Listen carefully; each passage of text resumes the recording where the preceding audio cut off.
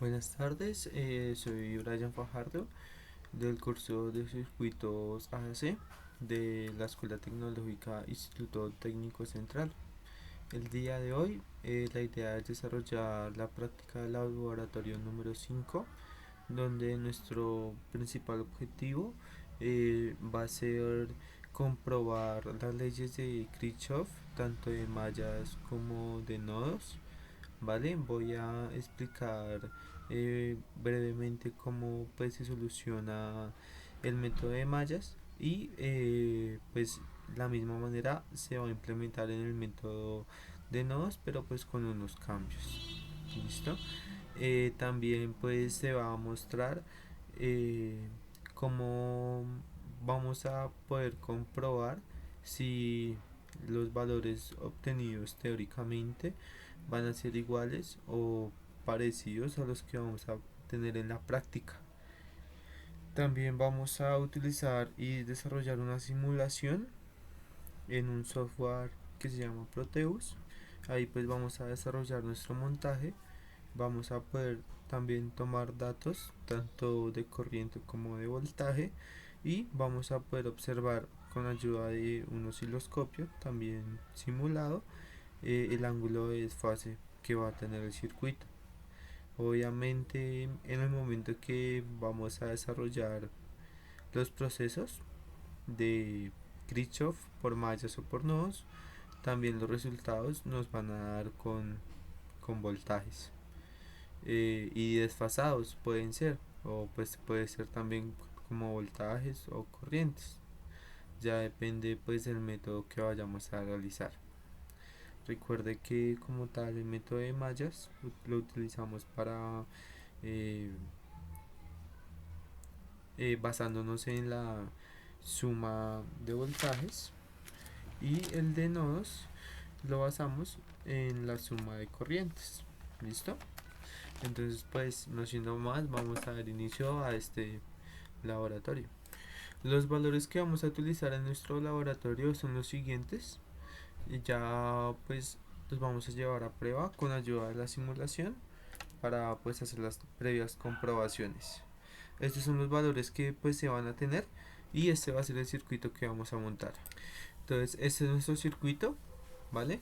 Ya lo único que nos queda es reemplazarlo por los valores y pues hacer el cálculo respectivo para que todos los valores nos queden en corrientes, en corriente, perdón, todos los valores nos queden en ohmios respecto a las resistencias, pero sin olvidar los valores imaginarios. Bueno, entonces lo primero que vamos a hacer es pues sacar las mallas. Podemos observar que hay tres mallas en este circuito, por lo tanto hay tres corrientes. La primera malla está en esta parte. Listo, la primera malla, que sería la malla número uno, está acá. La segunda está acá. Y la tercera está acá. ¿Listo? De esta manera pues vamos a hacer los cálculos y pues vamos a sacar las ecuaciones. ¿Listo? Bueno, como ya les había dicho, este método, el método de malla, se trabaja mucho en lo que es la suma de voltajes. ¿Listo? Esta es la primera ecuación. El voltaje 1 hace referencia al voltaje de la fuente. Recordemos que el sentido de la corriente es de menos a más. Lo podemos observar en el circuito. Aquí podemos ver que la corriente va de menos a más. Entonces va negativo, positivo, negativo, positivo, negativo, positivo. ¿Vale? La corriente pues se desplaza de esta manera y aquí también diría negativo, positivo, negativo, positivo, negativo y positivo.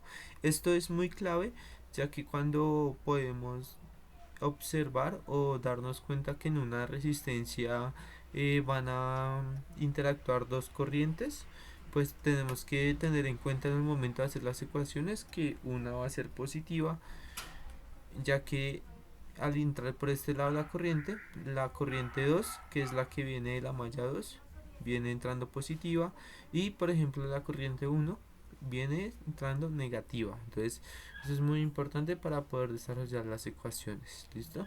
Entonces para terminar vamos a ver el flujo de la corriente por la última malla, que sería negativa a este lado y positivo acá, y negativo acá y positivo acá. Como podemos darnos cuenta, en la resistencia 4 pasa lo mismo que pasa en la resistencia 3. Es importante pues no olvidar estos puntos para no equivocarnos en el momento de desarrollar nuestras ecuaciones. Listo, entonces pues ya tengo aquí como tal las ecuaciones de las tres mallas. Tenemos la suma de voltajes. En la primera malla el voltaje 1 hace referencia al voltaje de la fuente, el voltaje de la resistencia 1 y el voltaje de la resistencia 3. Para poder desarrollar y plantear nuestras ecuaciones vamos a utilizar la ley de Ohm, la cual indica que el voltaje es igual a la corriente por la resistencia. Entonces pues podemos hacer los cambios necesarios para poder de esta manera simplificar y pues solucionar este problema. ¿Listo?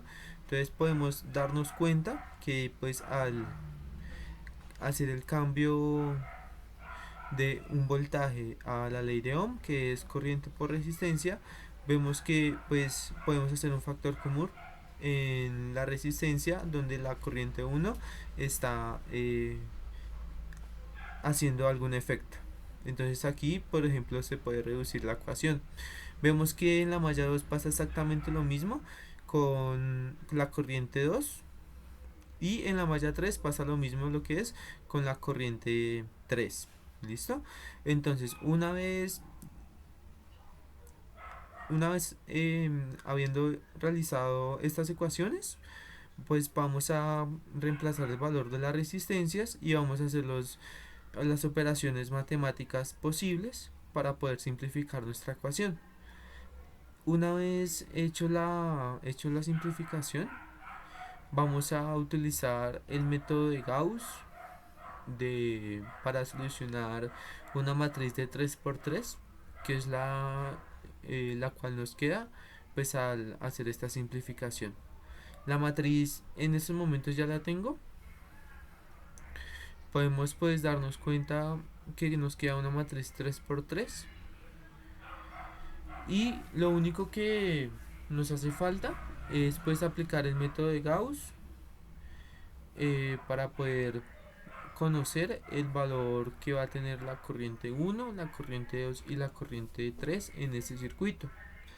Pues este es un proceso bastante largo y ya como tal tengo los resultados, y lo que vamos a hacer es comprobar los resultados con la práctica. Después pues de haber despejado y solucionado la ecuación, tenemos las tres corrientes. Las tres corrientes pues están en un valor muy pequeño, que es en miliamperios, y podemos observar también el ángulo de desfase. ¿Listo?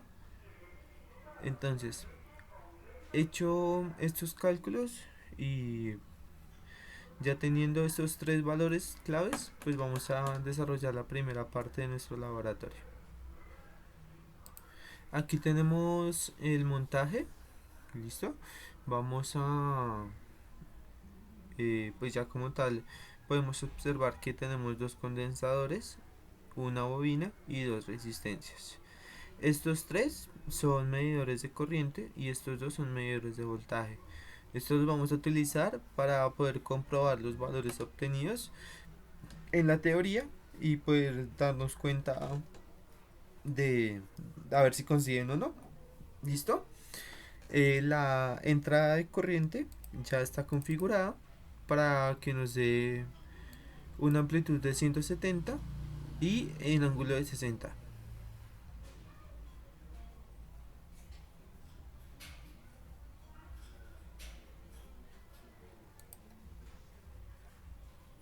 Eh, También podemos ver que la frecuencia también ya la tenemos configurada, pues según los valores que tenemos de nuestro laboratorio. Tenemos que la amplitud del voltaje va a ser de 170, la frecuencia pues va a ser de 2pi, esto pues nos va a dar igual a 6,28 y en un ángulo de 60. ¿Listo? Entonces, como nos podemos dar cuenta, la entrada de voltaje ya está configurada. Tenemos los valores de las corrientes, los valores de las resistencias, y ya lo único que vamos a hacer pues es a probar si las corrientes que nos van a dar en estos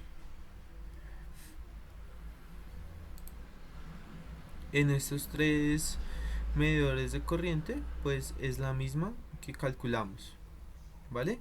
De esta manera pues llevamos a cabo la primera parte de nuestro laboratorio.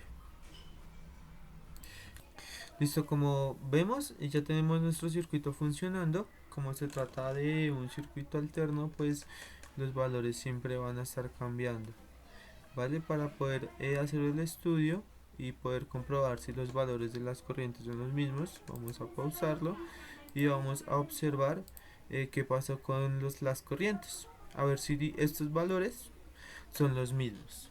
¿Listo? Recuerden que pues la corriente 1 es la malla 1, se representa en la malla 1, que en este caso sería esta bobina 25 milihenrios y este condensador de 47 microfaradios.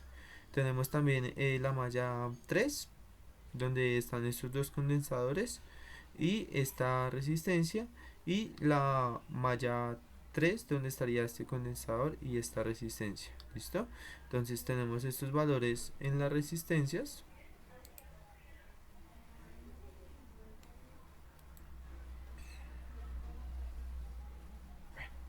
Algunos problemas técnicos, pero bueno, estos serán los valores de la corriente: corriente 1, corriente 2 y corriente 3. ¿Listo? Ahora pues vamos a ver los valores que tuvimos en la teoría, a ver si son iguales. Listo, entonces tenemos que la corriente 1 es igual a 382 miliamperios en un ángulo de 28,16, y pues podemos observar que pues según el ángulo de desfase pues podemos ver que es un valor muy aproximado, ¿vale? Vamos a ver si los otros dos valores pasa lo mismo o qué pasa.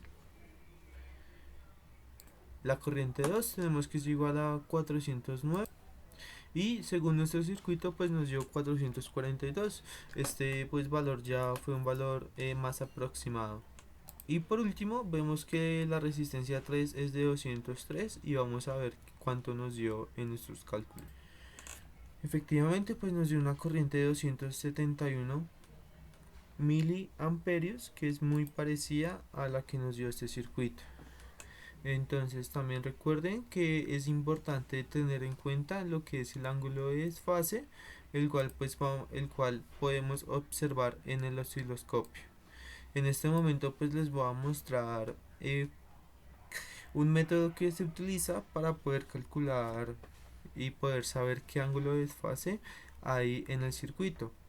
En este momento los puntos claves que estoy utilizando para poder calcular el ángulo de desfase es el voltaje que sale de la fuente, el voltaje que sale de la fuente, el voltaje que sale de la bobina y el voltaje que sale de ambos condensadores, que como tal es el voltaje que suele cambiar.